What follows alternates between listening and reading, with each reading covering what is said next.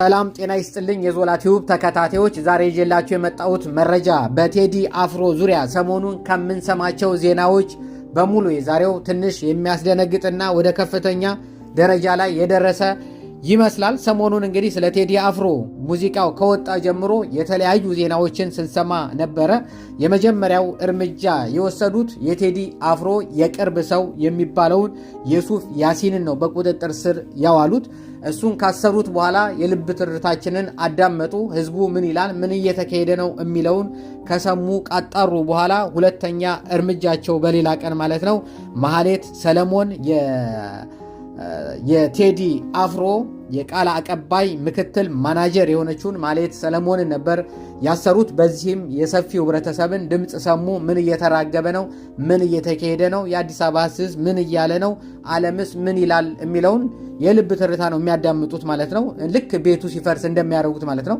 ቀደም ብሎ ቤት ሲፈርስ የሚያደርጉት የሆነ አካባቢ ያፈርሳሉ። ከዛ የሰዎችን ልብ ትርታ ያዳምጣሉ። ምን እያለ ነው፣ የአካባቢ ብቻ ነው የሚያወራው፣ ቤት የፈረሰበት ብቻ ነው፣ ዝም አለ፣ ሄደ፣ ቀጠለ። አሁን ሙሉ ለሙሉ ማለት ይቻላል አዲስ አበባ ላይ አብዛኛው ሰፈር ፈራርሶ በየክፍለ ሀገሩ በየሜዳው የተጣለ በየቦታው የሚያለቅስ እስቲል እስካሁን ድረስ እየፈረሰባቸው ያሉ አካባቢዎች በጣም ብዙ አሉና ልክ እንደዛ ነው። አሁንም ልክ በቴዲ ላይ እየወሰዱ ያሉት እርምጃ ከዛ ጋር ምንም ልዩነት የሌለው ነው።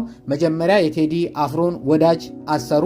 ከዛ በኋላ የቴዲ አፍሮ ቃል አቀባይ ምክትል ማናጀር ማህሌት ሰለሞንን አሰሩ። ከዛም በኋላ እንግዲህ ቴዲ አፍሮ ቤት ሄደው ካልገባን አሉ አትገቡም ተብለው ተባረሩ። በዚህ እንደውም በጣም ሲያላግጡ ነበረ።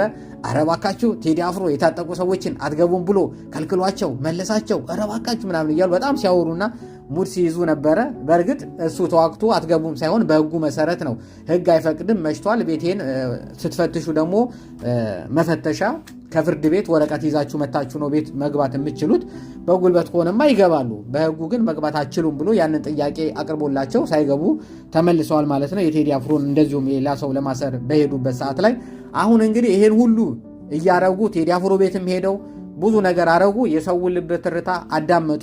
ይሄን ሁሉ ግን ሲያረጉ በጣም አድማጮች ምናልባት የቴዲ አፍሮ የተፖሰተበትን አካባቢ ስለ ቴዲ አፍሮ የተነገረበትን አካባቢ እያንዳንዱን ኮመንት አይታችሁ ከሆነ በቅርብ ጊዜ የወጡ የፌስቡክ ፔጆች የቲክቶክ ፔጆች ኮመንት የሚሰጡት በጣም መራራ ኮመንትና ተመሳሳይ የሆነ ኮመንትን ነው እየሰጡ ያሉት ማለት ነው። አንዳንድ ጊዜ መንግስት አይፈራም። አንድ አቀንቃኝ መጥቶ እንዴት ነው ለዘፈን መንግስት የሚረበሸው፣ መንግስት ተረበሸ የምትሉት፣ ለሱ ስራ ላይ ነው ያለው፣ ሌላ ወሬ የላችሁም እንዴ፣ ማንም አይነካው ምናምን የሚል መረጃ ነበር ሲያወሩ የነበሩት ማለት ነው። አሁንስ መንግስት ተረበሸ ወይ? እንግዲህ መንግስት ካልተረበሸ ይህን ሁሉ ነገር እያደረገ የሚይዘው የሚጨብጠው አጥቶ በየቦታው የሚታሰሩ ሰዎችን እየጎተተ እያሰረ በየአስፋልቱ ላይ በነገራችን ላይ ዘፈን እያዳመጡ ያሉትን በየመንገድ ላይ ስልካቸውን እየፈተሸ እየያዘ ነው ያለው። ስልካቸውን ሲሙን ትፈልጋላችሁ ብለው ይጠይቃሉ። አይቀቦን ነው የምንፈልገው ያሉ ደግሞ በቡጢና በቦክስ እየተደበደቡ ስልካቸውን አስረክበው ሲማቸውን ይዘው ይሄዳሉ። አይቀፎን ያሉ ደግሞ ቡጢውንም ቀምሰው ሲሙንም ሳያገኙ በዛው ተደብድበው ይሄዳሉ ማለት ነው። ይሄ ነገር በትክክል እየተካሄደ ነው ያለው። ብዙ ጊዜ የተለያዩ ነገሮችን ስንሰማ ግን እንደ ቀልድ እንደ ዘበት እየሰማ ነው እንደ ነገሩን እያቀለል ነው ያለ ስለሆነ ነው እንጂ ምክንያቱም በተደጋጋሚ ጊዜ ሞት አስተናገድን። 1 ሚሊዮን ሞት በትግራይ ክልል አስተናግደናል። ገባች? ባንለምደውና እንትን ባይለን ነው የሚገርመው። ብዙ ሞቶችን አስተናገድን። በአማራ ክልል ላይ ከ700 በላይ ድሮኖች እንግዲህ አሁን ቆጠራ ቁመው ነው መሰለኝ መግለጫ ጠፍቷል። አሁን ከ700 በላይ ድሮኖች እንግዲህ ምን ያህል ድሮን እየተተኮሰ እንደሆነ ከጥይቱ ከድብደባው ከምናምን ውጭ ማለት ነው ምን ያህል ነገር እያደረጉ እንደሆነ አስቡት። አሁን በተጨማሪ ደግሞ እንግዲህ ምንም ያደረገው ነገር የለም። ዘፈን ነው የዘፈነው። ዘፈኑን ደግሞ የህዝቡን ብሶት ያወጣ ዘፈን ነው። ከዛም በኋላ እንግዲህ አይታችኋል። አብይ አህመድ በየደቂቃውና በየሰከንዱ በየቀኑ እንግዲህ ቴዲ አፍሮ ዘፈኑን ካወጣ ዛሬ 8 ቀኑ ወይ 7 ቀኑ ነው።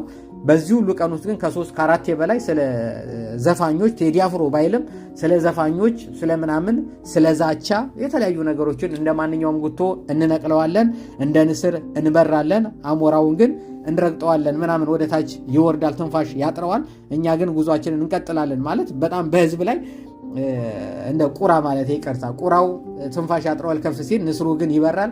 እኛ እንደ ንስር እንበራለን። ቁራዎች ደግሞ ይጮሃሉ የሚል ኮመንቶችም እንደዛው ነው። እሱም ደግሞ ይሄንን ቃል ወጥቶ እንደዚሁ ደግሞታል ማለት ነው። በብዛት እሱ የሚያወራቸው ቃላቶች በኮመንት ላይ ይታያሉ።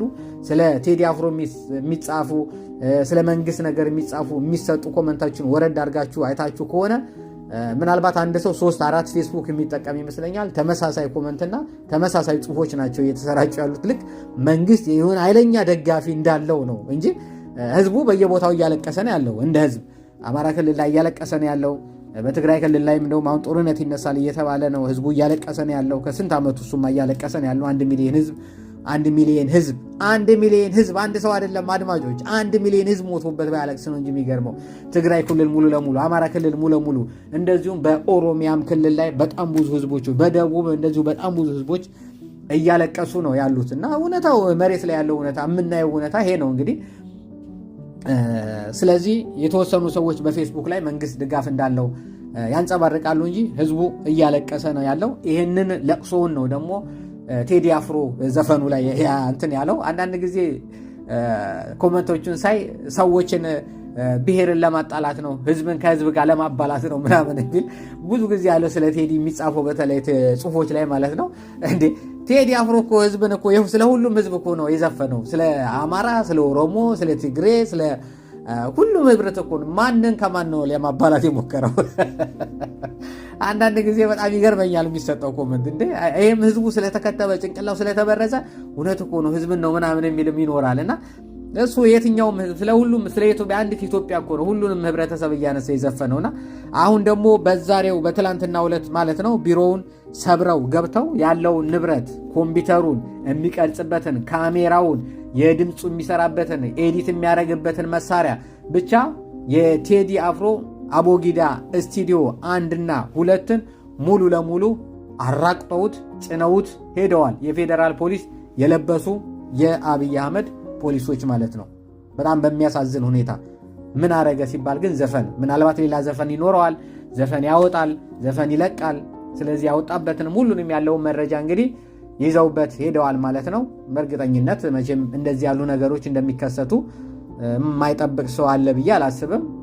ከዚህ ምክንያቱም ሰውየው ከዚህ በላይ እየዛተ ስለሆነ ነፍስ እስከ ማጥፋት እየዛተ ስለሆነ ይሄንን ነገር ማድረጉ በጣም ቀላል ነው።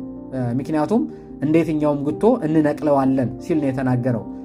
ልክ ሌሎቹን እንደገደላቸው ማለት ነው። ሳይታወቅ ብዙዎቹን ገሏል እና ጫሉም ድርሻቸው ማን የገደላቸው ምንድን ነው የሚባለው ሁሉም ድፍንፍን ነው ያለው።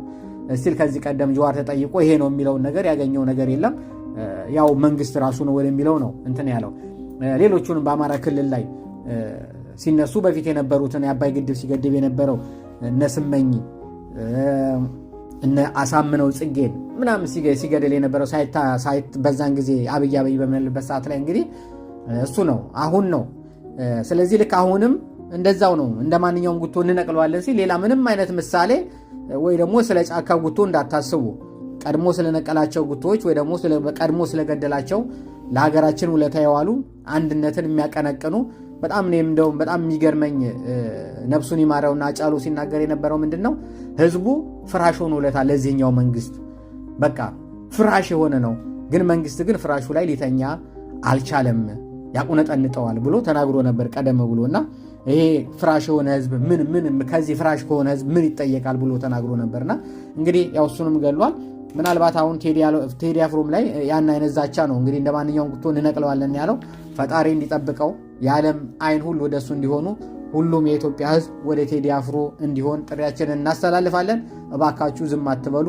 በቻላችሁት በኮመንቱም በጽሁፉም በፖስትም በድምጽ ማስተላለፍ በምትችሉበት ድምጽ በሙሉ እንድታስተላልፉ ስንል ጥሪያችንን እናስተላልፋለን። ባይ ባይ።